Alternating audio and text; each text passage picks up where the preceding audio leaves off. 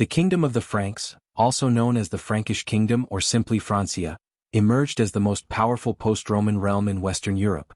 Born from the ashes of the Roman Empire, this mysterious kingdom was forged by the Franks, a confederation of Germanic peoples whose legacy would shape the destiny of medieval Europe. Its founder, King Clovis I (481–509), united rival Frankish tribes and carved out a dominion across Roman Gaul. Under his rule, the Frankish kingdom transformed into a formidable force, laying the foundations of what would later become the Carolingian Empire. Guided first by the Merovingian dynasty and then by the legendary Carolingians, Francia endured as the longest-lasting Germanic kingdom of the migration period. Origins of the Franks.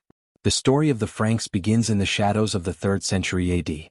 The name Franks was not a single tribe, but a term used for several Germanic groups along the northern Rhine frontier of the Roman Empire. Among them were the Bructeri, Chamavi, Chatarii, and the Salians. These peoples often fought for, and against, Rome, drifting between ally and adversary. By the mid-4th century, the Salian Franks were allowed to settle within Roman lands, establishing themselves in Toxandria. Though many Frankish leaders rose through the Roman military ranks, tensions between empire and tribe never fully disappeared. Some Franks became protectors of Rome, others turned against it. The dawn of Frankish power. In the early 5th century, new leaders emerged, seizing the moment as Roman authority crumbled. Around 428, the enigmatic King Clodio struck deep into Roman Gaul, extending Frankish influence as far as Cambrai and the Somme. Rome fought to contain them, but the balance of power was shifting. Increasingly, Gallo-Roman subjects lived under Frankish rule, foreshadowing a kingdom that would dominate for centuries. From this crucible of chaos rose the Merovingians. Figures like Childeric and his son Clovis were hailed as kings of the Franks, even before they held true dominion. Clovis's decisive victory over Syagrius, the last Roman commander in northern Gaul, marked the dawn of the kingdom of the Franks as a unified state. Soon, the Franks would challenge neighboring powers, Visigoths, Burgundians, and Alemanni, until Francia itself stood unrivaled. Austrasia and Neustria, the heartlands of Francia. The early Frankish kingdom crystallized into two great regions. In the east lay Austrasia, the land of warriors and kings. To the west was Neustria, a realm more Romanized yet bound by Frankish power. Together, they formed the mysterious dual heart of Francia, a kingdom that would evolve into an empire under Charlemagne and leave an indelible mark on the history of Europe. Merovingian rise and decline, 481 to 687. The story of the Merovingian dynasty begins in shadows. After the mysterious figure of King Clodio, the lineage passes into obscurity. But from these uncertain origins emerged Childeric I, ruling as a Salian king from Tournai, bound to Rome as a foederatus. His true legacy, however, was not his reign but his son, Clovis I, the man who would transform the destiny of the kingdom of the Franks. Clovis and the birth of a power. In 481, Clovis ascended the throne and began his relentless pursuit of dominance. Over 30 years he defeated Rome's last commander in Gaul, Syagrius, crushing the kingdom of Soissons. He triumphed over the Alemanni at the Battle of Tolbiac, claimed victory against the Visigoths at the Battle of Vuille, and extended Frankish rule deep into Gaul. By the end of his reign, Clovis had subdued the Bretons, incorporated Saxon, Alan, and Tafel settlers, and ruled almost all of Gaul, save the Burgundians and the Visigothic Septimania. Clovis's genius was not only in battle. In a shrewd move, he converted to Catholic Christianity, aligning himself with the powerful church and securing the loyalty of his Gallo-Roman subjects. In Paris, made his capital after 507, Clovis consolidated his reign through blood and faith, even orchestrating the downfall of rival Frankish kings to become the first true ruler of all the Franks. The Merovingian kings. The Merovingians ruled by bloodline and by divine right. Their power was symbolized by long, uncut hair, the sacred mark of their kingship. Yet unlike later monarchies, the Frankish kingdom was not passed to a single heir. The Merovingian tradition of partible inheritance divided the realm among sons, ensuring both unity and conflict. Though fractured at times, the kingdom always endured as one mysterious entity, capable of reunification under a strong hand. These kings were lifted on shields, acclaimed by warriors in the ancient Germanic fashion. They were warlords, monarchs, and at times puppets of the powerful nobles who surrounded them. From their rise under Clovis to their gradual decline by the late 7th century, the Merovingian dynasty created a kingdom whose legacy haunted Europe, a dynasty remembered as both sacred and shadowed by intrigue. From Clovis's sons to the rise of the mayors of the palace, 511 to 751. When Clovis I died in 511, his vast dominion, the kingdom of the Franks, did not pass intact to a single heir. Instead, as was Frankish custom, it was divided among his 4 adult sons. Each received lands carved from what had once been the Roman fisc, now claimed by the Frankish crown. This practice of partition, repeated generation after generation, would both bind the dynasty together and tear it apart. Fractured unity. The heirs of Clovis inherited not just his kingdom, but also his ambition. Time and again the Merovingian kings fought each other, divided their territories and reunited them through war or accident. The realm itself was conceived as a single entity, yet its throne became a prize contested by brothers, nephews and cousins. Bloodshed was the currency of unity. By the late 7th century, however, the once mighty Merovingians began to fade. Their kings still wore the long, sacred hair of their line, but the true weight of power was slipping away, into the hands of others. The shadow of the mayors. In 673, after the death of King Clovis III, Frankish magnates invited Childeric II to claim the throne of the whole realm. But his heavy hand provoked unrest, and by 675 he was dead, assassinated by those who had once elevated him. His successor, Theoderic III, would preside over the twilight of the Merovingians. Theoderic eventually reigned as king of the entire Frankish kingdom, but his authority was hollow. In 687 at the Battle of Tertry, he was crushed by Pepin of Herstal, mayor of the palace in Austrasia. Pepin seized the title Dux et Princeps Francorum, Duke and Prince of the Franks. To chroniclers, this marked the moment when the true power of kingship passed from the Merovingians to the mayors of the palace. The long-haired king still reigned, but they no longer ruled. The Arnulfing ascendancy. With victory at Tertry, Pepin of Herstal began expanding the realm's reach. In 689 he struck at the Frisians, defeating King Radbod near the great trading center of Dorstad, and incorporating western Frisia into Francia. By 695 he controlled Utrecht and sponsored the creation of its archbishopric, beginning the Christianization of the Frisians under the missionary Willibrord. Pepin's campaigns did not end there. He moved against the Alemanni, enforcing Frankish authority, though resistance flared again. Yet while Pepin strengthened the east, the south of Gaul slipped further from control. Aquitaine, Provence and Burgundy began charting their own course, under leaders increasingly independent from the Frankish crown.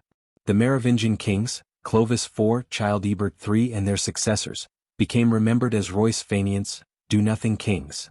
They still sat upon the throne, pronounced judgments and bore the symbols of kingship. But in truth, the destiny of the kingdom of the Franks belonged to the mayors of the palace, the men who would one day replace them entirely. The Carolingian Empire, 751 to 840. The fall of the Merovingian dynasty gave rise to a new order. In 751, the throne of the kingdom of the Franks passed to Pepin the Short, not by inheritance but by election. Though rare, Germanic custom allowed the leading men of the realm to choose a king worthy of rule. Pepin was crowned with sacred oil, not only by his nobles but by the church itself. For the first time in Frankish history, a king's legitimacy came not from blood alone, but from alliance with Rome. Pepin and the church. In 754, Pepin sealed his bond with Pope Stephen II. At St. Denis, the Pope anointed Pepin and his family, declaring him Patricius Romanorum, protector of the Romans. In return, Pepin struck against the Lombards, reclaimed the Exarchate of Ravenna, and placed the lands at the feet of St. Peter. This donation of Pepin laid the foundation of the Papal States and wove the destiny of the Franks into that of the Church. Upon his death in 768, Pepin's sons divided the kingdom, as Frankish custom demanded. Yet fate soon cleared the stage for one man, Charles, remembered forever as Charlemagne, Charles the Great. The conquest of Charlemagne. From 772 onward, Charlemagne launched wars that reshaped Europe. Against the Saxons he waged a brutal decades-long struggle of sword and cross.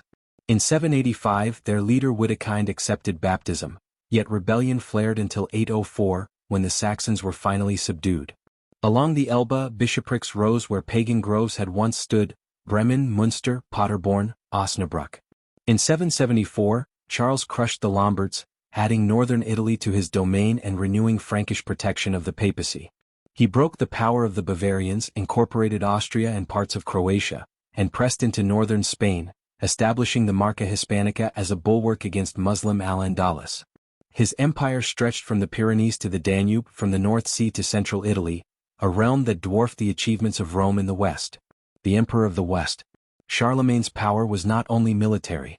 He patronized monasteries, learning, and the arts, sparking the Carolingian Renaissance, a rebirth of culture in a Europe once sunk in shadow. His palace at Aachen became the beating heart of this revival, a new Rome for a new empire. On Christmas Day, 800, as Charles prayed in St. Peter's Basilica, Pope Leo III placed a crown upon his head and proclaimed him Emperor of the Romans. Whether surprise or careful orchestration, the moment was epical. The Frankish kingdom had become the Carolingian Empire, and its king was the heir to Rome itself. The Byzantines protested, for they too claimed the imperial title. Yet in 812, Emperor Michael I acknowledged Charlemagne as emperor, not as Roman emperor but as equal in power. It was a fragile compromise, but it secured the Carolingian claim to rule over the West. The death of a legend. On January 28, 814, Charlemagne died in Aachen. He was buried in the chapel he had built, the monument of his reign. His empire, the greatest Europe had seen since Rome, stood as both legacy and burden to his heirs. For while the Carolingians had raised the Franks to imperial glory, within a generation, divisions and rivalries would tear the empire apart. Yet the memory of the Carolingian Empire, and of Charlemagne himself, endured. A mysterious echo of Rome reborn, it became the foundation upon which medieval Europe would rise. Divided empire, the fall of the Carolingians after 840. When Charlemagne died in 814, his vast Carolingian empire seemed unshakable. Yet beneath the surface lay the same ancient custom that had shaped the destiny of the kingdom of the Franks for centuries: partible inheritance. The empire would not remain whole. Charlemagne's only surviving son, Louis the Pious, inherited the crown and ruled as emperor. But when Louis died in 840, his sons turned upon one another. Civil war tore the empire apart until in 843 the Treaty of Verdun was signed, a treaty that would forever divide the Carolingian legacy and with it the future of Europe. The three kingdoms of Verdun. Lothair I, the eldest, kept the imperial title. Yet in reality he ruled only the fractured middle realm, Middle Francia.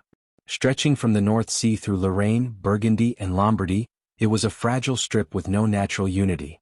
His sons divided it further, giving rise to kingdoms that would one day dissolve into the lands of Belgium, the Netherlands, Luxembourg, Switzerland, northern Italy, and eastern France. Louis the German claimed East Francia. This kingdom, forged in the heartlands of the Franks, became the nucleus of the Holy Roman Empire, evolving into Germany, Austria, and Switzerland. Charles the Bald received West Francia, the foundation of modern France. Though divided into great fiefs like Aquitaine, Burgundy, Brittany, and Toulouse, it became the realm from which the Capetian dynasty would rise in 987. The empire fractures further. The division did not end there. The Treaty of Mersenne in 870 redrew the borders, weakening Middle Francia. In 884, Charles the Fat reunited much of the old empire, but his reign collapsed in 887 when Arnulf of Carinthia rebelled. Charles abdicated, and within months the empire splintered once more.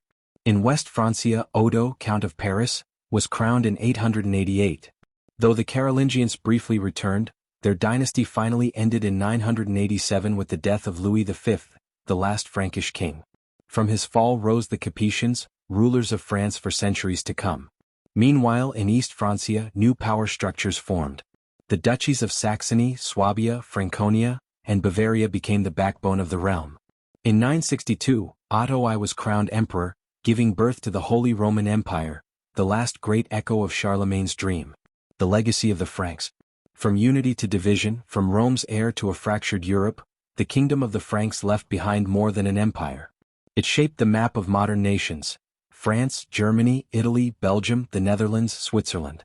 What began with tribal kings along the Rhine ended with the crowns of medieval Europe, a mysterious transformation that still haunts history. If you enjoyed this journey through the rise and fall of the Frankish kingdom, don't forget to like, subscribe, and share. History Love is your go-to YouTube channel for exploring the fascinating stories of the past.